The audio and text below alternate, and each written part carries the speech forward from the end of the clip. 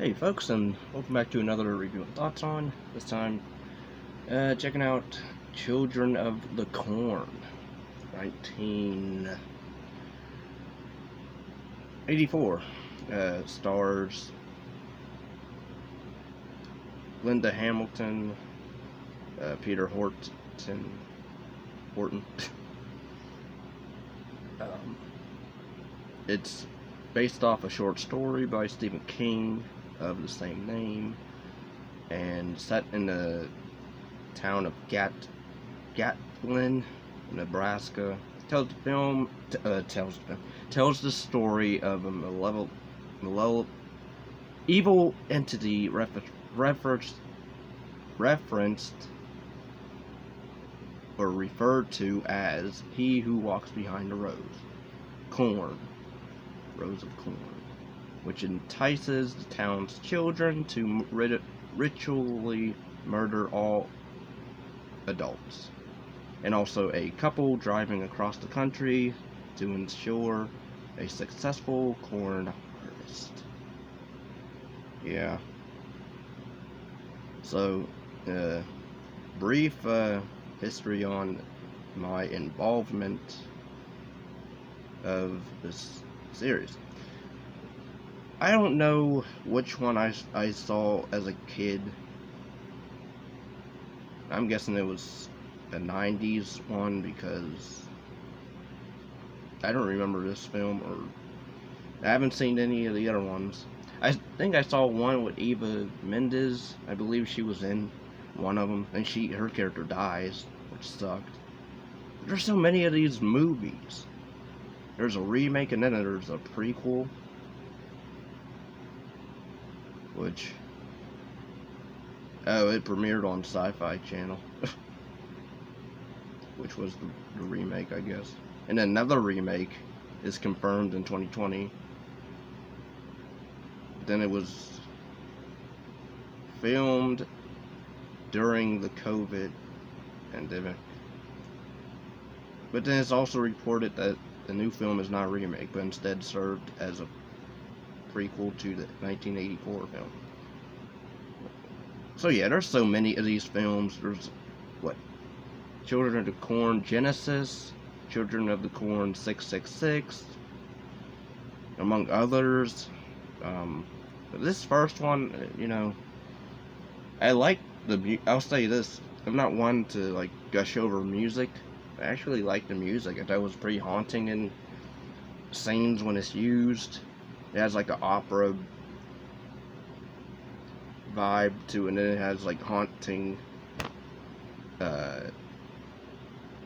sounds of instruments such as strings, and I mean, the plot is, again, these kids kill all the adults, and because they're this character Isaac, who's like the main leader,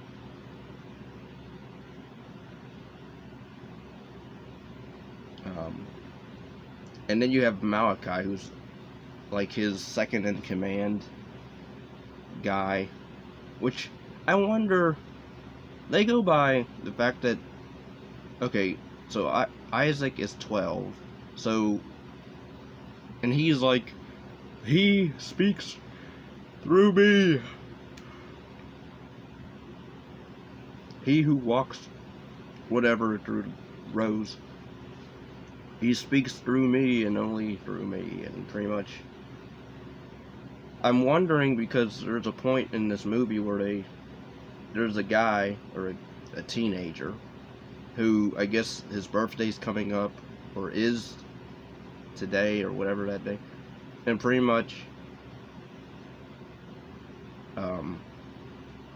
murdering all the adults ages 19 and up, since 18-year-olds are seen as halfway between teenager and adult, in town as human sacrifices, poisoning and butchering them, only job and his, oh, never mind.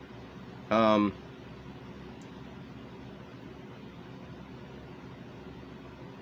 I don't know what I was reading, but I guess if you're like 18 to, or up to, if you're like 18 and 19 or whatever, I guess you're gonna be sacrificed because you're looked at as an adult. So then I'm wondering, so is Isaac at one point, as soon as he grows up, to that age, will he still be in charge, or is he? Uh, I did like the rival. Well, it's not really a rivalry, but there is some tension between Malachi and Isaac, which I liked. They don't really play off as much on that. Granted, they do have Malachi, betray and stand up to Isaac, but then, Isaac comes back, which is weird. He's like possessed at the end, and I guess something in the corn was actually alive. Has this weird special effects. I don't even know what you would call whatever they did to use that on Isaac, because like his body like gets covered in like this yellow but then red special effects stuff. Pretty much Stephen King wrote the script based on his own short story, but then executives did not want to use King's script, and so George Goldsmith was hired to rewrite it. I wonder what whatever. But I mean, it's directed by Fritz. I don't even know how to say this guy's last name, but I mean, I guess the movie was a pretty decent hit, or somewhat, because it got like 12 movies, possibly more, maybe. Which, again, like, this should not have been a franchise, because it's the same thing in all of them, if you think about it.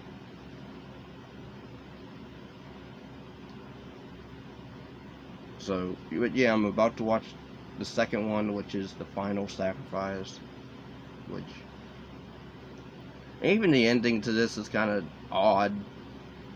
I don't know if this was made for, I guess this was made for TV, I want to say. I'm not sure. But I think this was theater.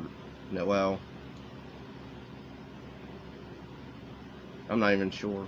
But, because the way it ends, like, it has, like, it says, like, the end at the end when the final jump scare to one of the evil kids, even though I thought they changed their ways, but I guess not.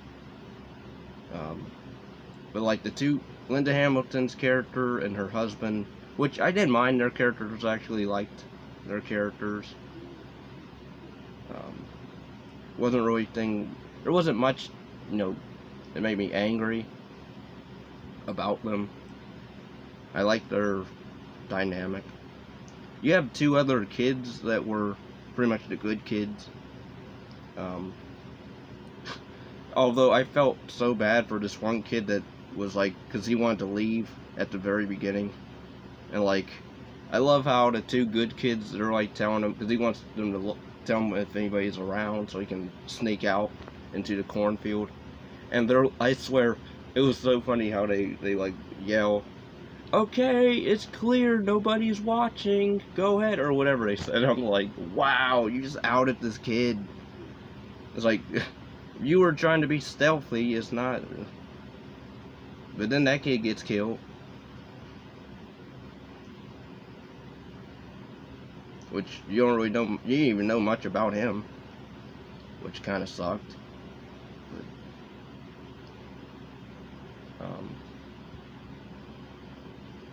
But yeah, I did like how Malachi stood up to Isaac, but then he became pretty much just as bad as Isaac. But again, I like the rivalry between the two a bit. The fact that Isaac died, I thought, but then I guess he was possessed. But then he disappears in the third act, literally, all he does is kill Malachi, snaps his neck or whatever, and then that's the last we see of Isaac. Okay.